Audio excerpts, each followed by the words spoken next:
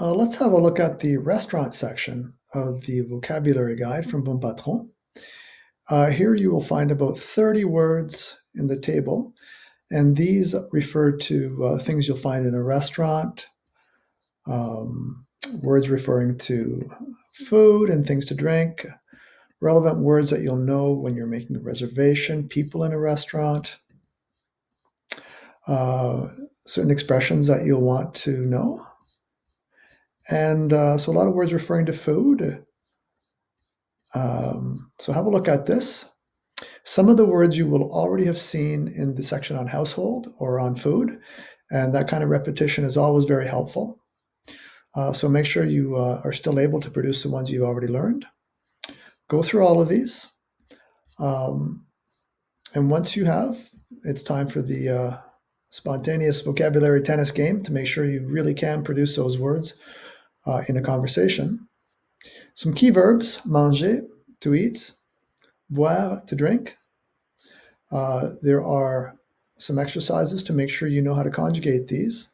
And keep in mind, I'm going to go down here, you always have the opportunity to find out the conjugation of any verb in French simply by going to this verb conjugation box right here. Now, in addition to these verbs, there's one grammatical point that we make here. You need to spend some time on it. It's about how to use negation before verbs to say that you don't want something or that you don't are not going to do something. Now, when you speak in French, really all you have is pas after the verb. But when you write, there are two parts: no, then the verb followed by pas. So I don't work, je ne travaille pas. So make sure that when you're writing, you always have both of these parts around the verb. Now we have a fuller explanation right here in the grammar guide about negation if you want to read more on it or do more exercises.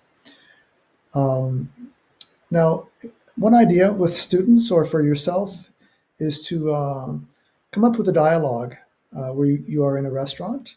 So you can do this yourself or with classmates, and then go over, once you've written the dialogue, go over to BonPatron's grammar checker to make sure that you have the grammar right.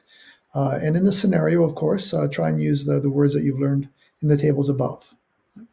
And we have a few more exercises, and we also have some translations for you. There are two.